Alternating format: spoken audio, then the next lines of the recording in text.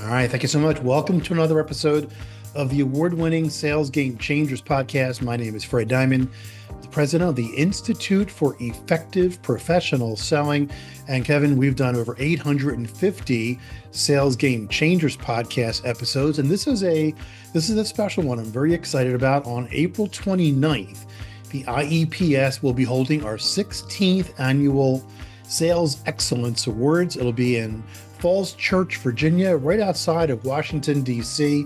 And it's going to be a great, great day. And one of the awards that we're very excited about is our J. Nussbaum Rising Sales Star Award.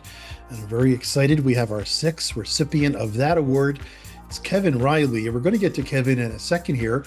I want to remind people that you could listen to all of the previous episodes. Go to Sales Game Changers Podcast, salesgamechangerspodcast.com. We've also done shows with Nick Michaelides, who will be the Lifetime Achievement recipient, Brian Collins, who, as you'll hear in a little bit, Kevin Reilly attended his or was a student in his professional selling program at Virginia Tech. And we've done some other great shows as well. Kim Napolitano from Hilton, who is our partner of the year. If you're listening to this on Apple Podcasts, please give us a 5-star review.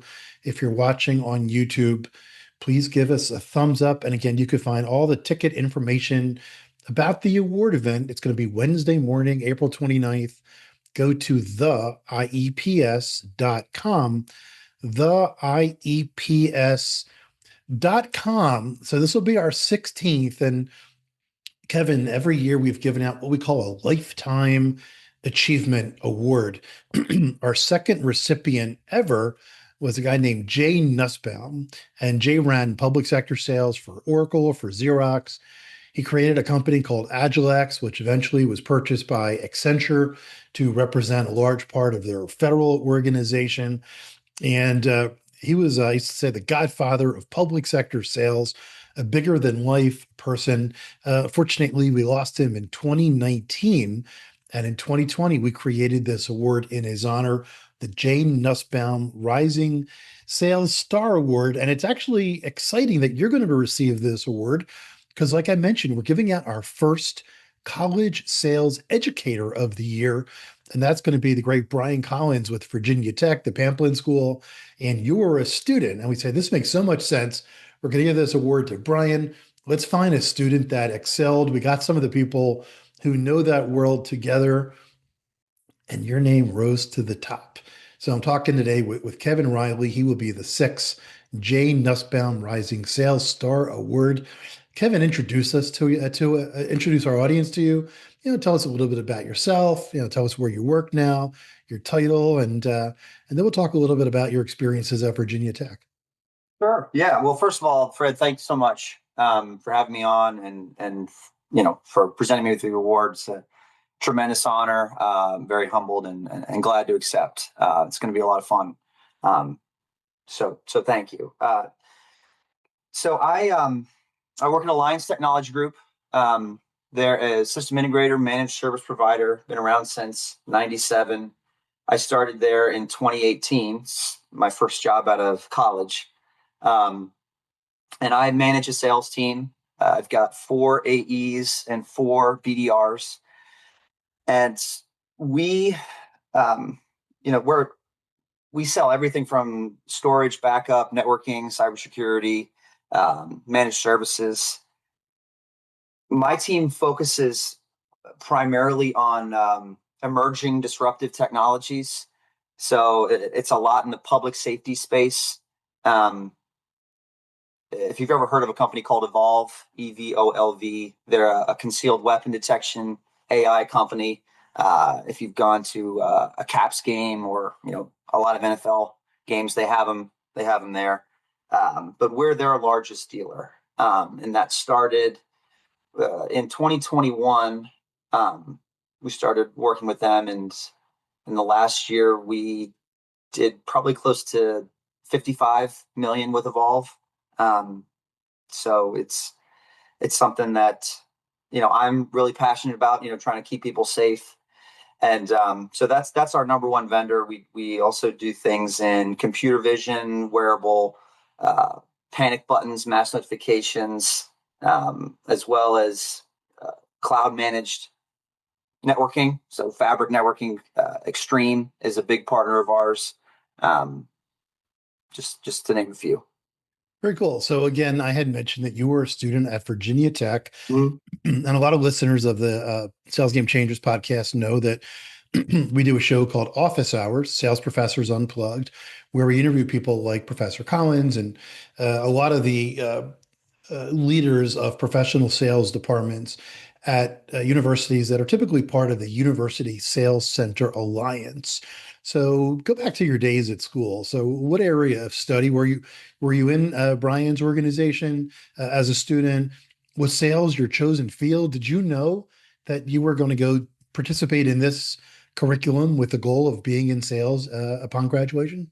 Yeah, so it's kind of a weird route to where I am. I went all the way through middle school, high school, thinking I would go to school for music.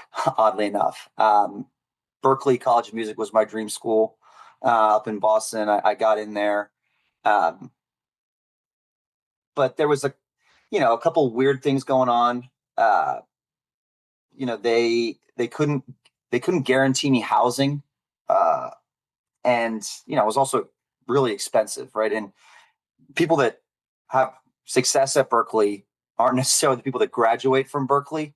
John Mayer went there, Molly Tuttle. They're the people that do really well get picked up by a record label or they start touring. Build connections, that sort of stuff. So it's not like you graduate with an accounting degree, you get your CPA, and you're going to get a job with a good salary. So that just I had a little bit of cold feet about that, and then the housing thing. Uh, Made me essentially defer my acceptance. So uh, I gave Virginia Tech a shot. That's where my mom went to school. I had always grew up rooting for Virginia Tech football, so it was a comfortable place, and it just sort of felt like home when I was there. So I basically went there on a trial run, uh, and I was totally undecided when I went to that I started at Tech. I didn't, candidly, I didn't take high school super seriously. I was the guy who would show up to class, and the guy next to me would say, "Hey, did you study? How much did you study for the test? Are you ready for it?" And I would look at him and be like, "What test?" So I really didn't know what I wanted to do, but Tech does a good job of taking those undecided students, trying to expose them to different areas of the university, and put them in a lane. So I picked general business, um, management, right? Because I was a moron at the time. I was like, I don't know what I want to do, but I know I don't want to work for somebody else. Um, so I, started taking some of those classes. I enjoyed psychology. I enjoyed economics. So I picked up minors in econ and psych.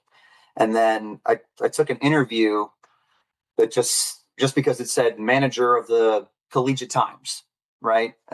So that the school newspaper. I was interviewing for a business manager position. It was a one of those really tough interviews where it's like 10 people, they're peppering you with questions. And I didn't get the job, but one of the guys that was interviewing me said, "Hey, have you ever thought about sales?" So I did I took the job, and I had some clients selling advertising, really enjoyed it. Then I took an internship at Memory Blue, which I found at Business Horizons. Um, and that's where I really decided, all right, I want to be in sales and I want to sell technology. So, I was lucky enough to figure out what I wanted to do at a really young age. I think a lot of people just kind of fall into sales, in their mid 20s, early 30s. But I was lucky enough to, figure that out at 19, 20. So, all right, I was like, how do I make myself the most competitive applicant? What are the things I can get involved in? Um, and that's how I got in touch with Brian Collins. So I joined the sales team, uh, where we compete at different universities, do role plays, things like that. I added the minor in professional sales. Um, and what I actually learned at the internship with Memory Blue was if I want to be in high tech, you know, it would certainly help to get more technical myself. So I added another major in business information technology with a concentration in computer-based decision support systems. So I learned how to code, learned about networking, the fundamentals of IT, cybersecurity. Um, so it's crazy. I came in undecided, and I graduated with two majors and three minors. Um, but I'm really grateful for that time. I met, you know, made awesome connections. Brian has been, we sponsor the Virginia Tech sales program. So, I speak to those students all the time. We've hired awesome people from Virginia Tech. I teach a class there probably once or twice a semester, get down there to do their career fairs. I'm a huge proponent of that program. Sounds good. You mentioned music. Just curiously, what was your, do you play an instrument or do you sing or what Yeah. is your, yeah. Yeah, so I sing, play guitar, piano is probably my first instrument, but we started a band at Virginia Tech. It's still going on today. It's called the Rusty Seesaws. We just put out an album in Oh, January. So, that's great. Maybe we'll play something at the award event. So, oh what yeah, advice what advice do you have for others coming up in sales and sales leadership? Let's kind of bring the answers a little bit tighter here. So, sure. what do you recommend for people who are coming out of school with the sales degree or the sales curriculum? What is your recommend them for them to get successful? So you got to be a student of the game. You've got to commit to get better every day. So reading books like How to Win Friends and Influence People by Dale Carnegie is an awesome one. And that's like the first thing that I think anyone should read after college. The Challenger Sale, Spin Selling, Gap Selling by Keenan. I love all of those books. There's also master classes you can take. Um, Chris Voss has a really good one. Daniel Pink. Um, you know, there's a bunch of classical sales methodologies that you should check out. Sandler, John Costigan, um, as well as just podcasts. Outbound Squad is a really good one I listen to. Brian Burns has a good one. I mean, obviously yours, and get involved in the Institute for Effective Professional Selling is an awesome way to build a network and just be around a community of people that want to sharpen their skills and promote this profession. Let's talk Uh, about networking for a second. So, yeah, tell us about your network. Tell us a little bit about, the people that you interact with and the kinds of people that you associate that you think will help you grow your business. And what are your recommendations for other people coming out of school about the need to build such an important personal network? yeah. I think as you get experience and get your feet wet in the job, you're going to figure out who are the people that can really get things done. Um, who are the pretenders and who are what I affectionately call like the corporate bots. You're going to naturally gravitate towards the people that you're going to want to maintain a relationship with, regardless of where they go or where you go. I think one thing that people don't do enough these days, with the proliferation of social media, it's so easy to just write a comment, like a post, send somebody a text.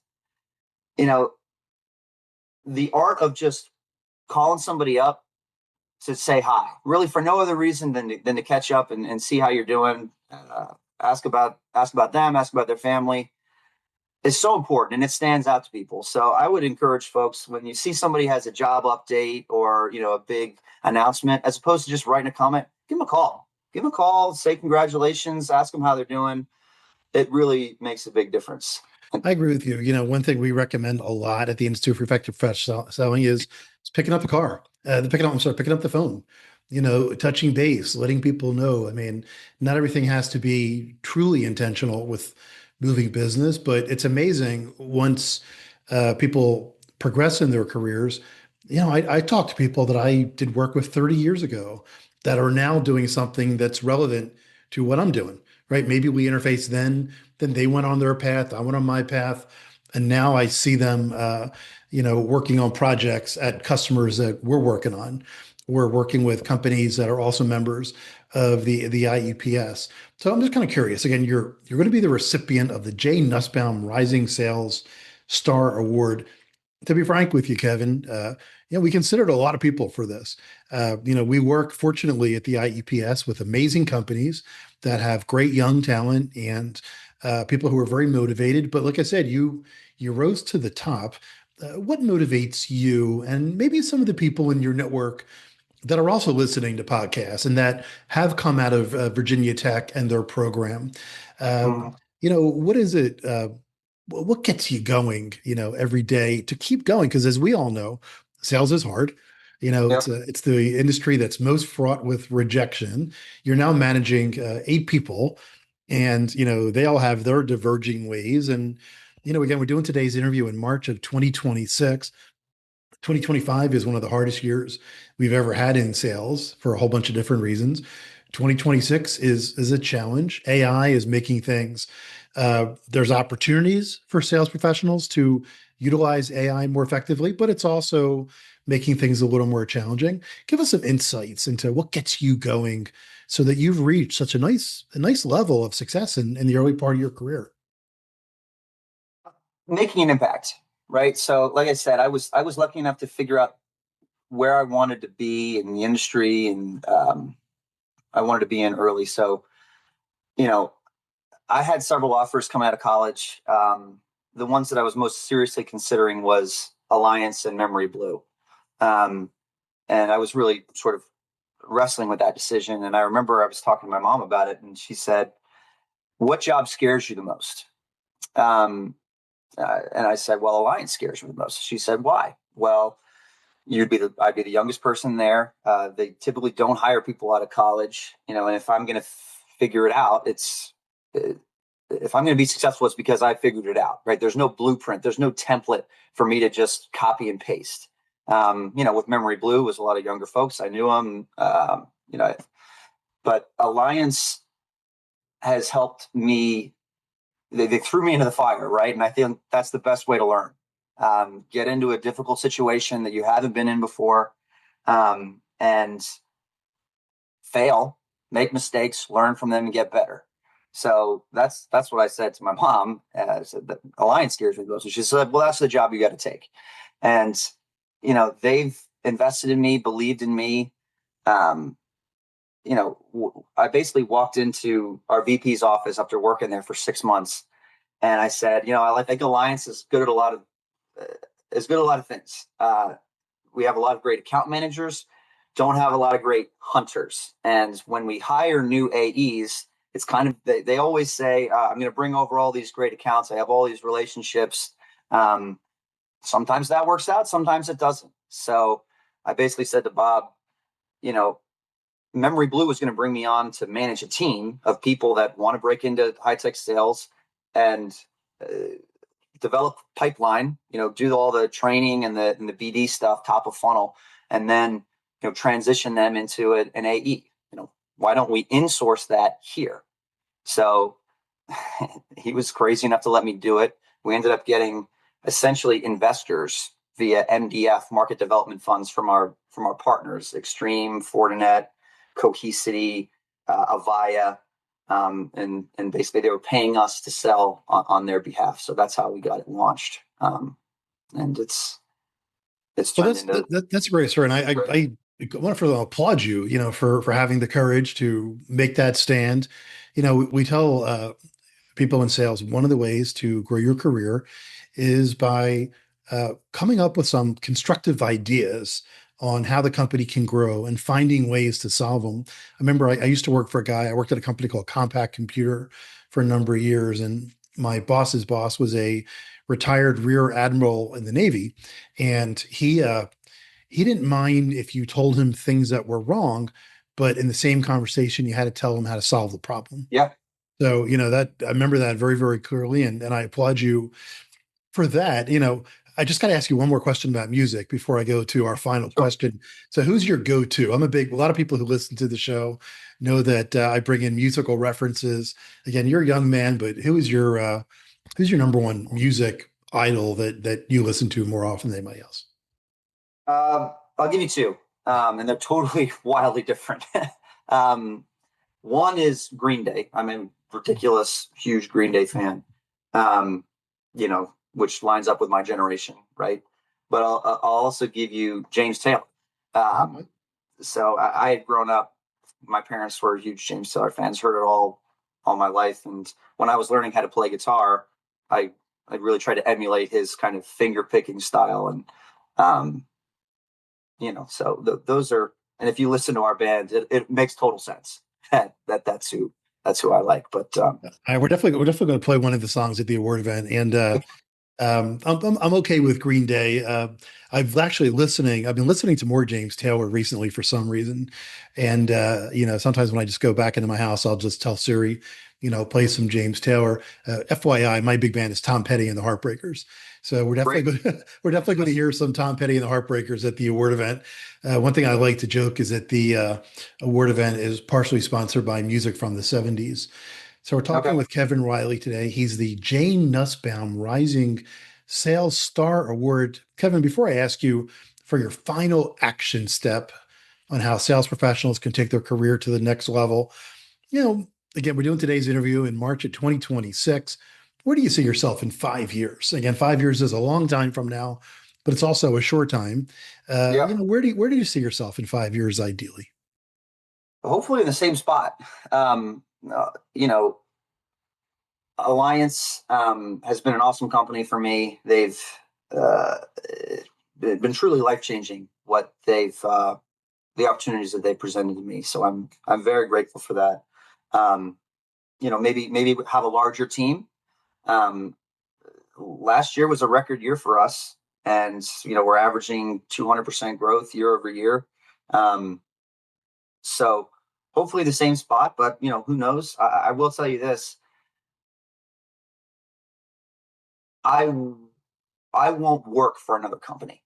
I'll start my own business. And I think that's what this job has taught me, and we've really proven it is, you can, with this framework of BD, you know, the software that we've wrapped around it, the training, the sponsorship kind of investment model. We've proved to people that we can go from absolute zero to a very profitable business in a relatively short time, 6, 7 years. Um, so that'll be my next move is to start my own thing. One thing that's really cool about today's interview is I see the passion you have for your company. And we talk about it all the time. I mean, one of the recipes for success is being proud of where you're working and being proud of the offerings and being proud of your partnerships. And you can't hide that. Everything really does come down to energy. And it's nice to see how your company has supported you. Again, we talked to some of the leaders at your company to get their confirmation that you should be our recipient of the sixth Jay Nussbaum Rising Sales Star Award, and they were all, unabashedly in support of it.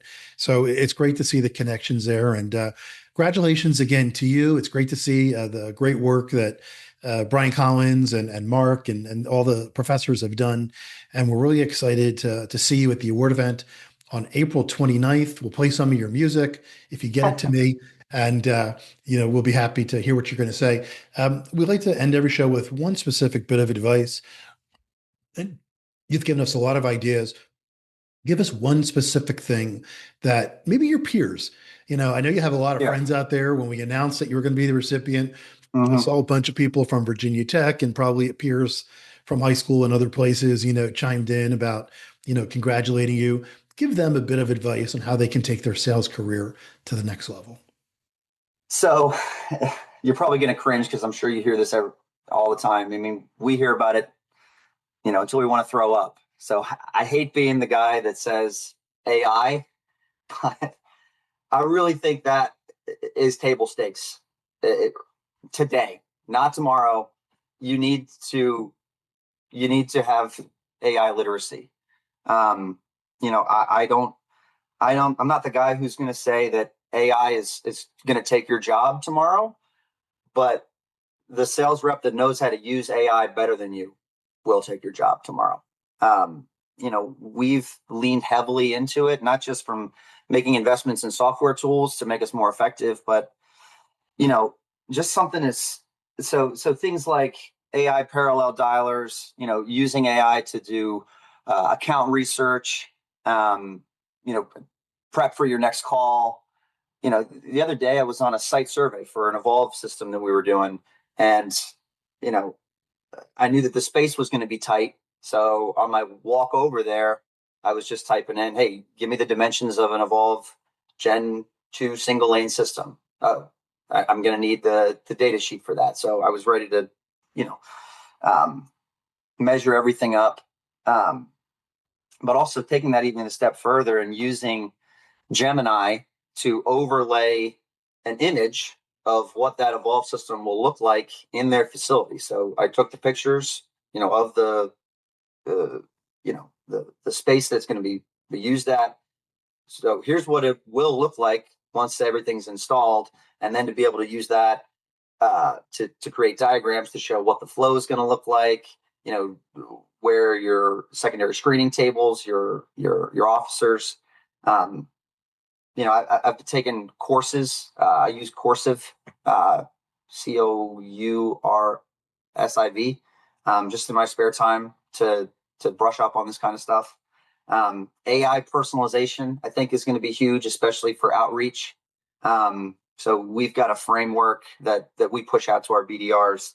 That's essentially it's like 7 pages of prompts that you're copying and pasting between ChatGPT Pro and Notebook LM to take that email drip and personalize those first 2 sentences so that you're taking something from that company's earnings report, their 10K, their any kind of recent news, and tying it back to the content of that drip. But doing it at scale, right? Because everybody knows there's nothing worse than spending an hour writing a super detailed, hyper relevant email to somebody, doing all your research, and then you find out that email went to spam. So you've got to be able to be relevant, be personalized, but also do it fast. And that's where AI comes in. So everybody needs to be figuring out how they can get better and use these tools. Absolutely. You gave us some great ideas there. As a matter of fact, also at the award event, we're going to be giving out our first or second actually AI for Selling Effectiveness Awards. It's an award that we give out to 2 companies that are using AI effectively in the sales process. So great answer. All right. Once again, Kevin Reilly, congratulations on being the IEPS Jane Nussbaum Rising Sales Star Award winner for 2026. I hope to see everybody at the award event on April 29th. Go to theieps.com for more information. Congratulations again, Kevin. My name is Fred Diamond, and this is the Sales Game Changers podcast.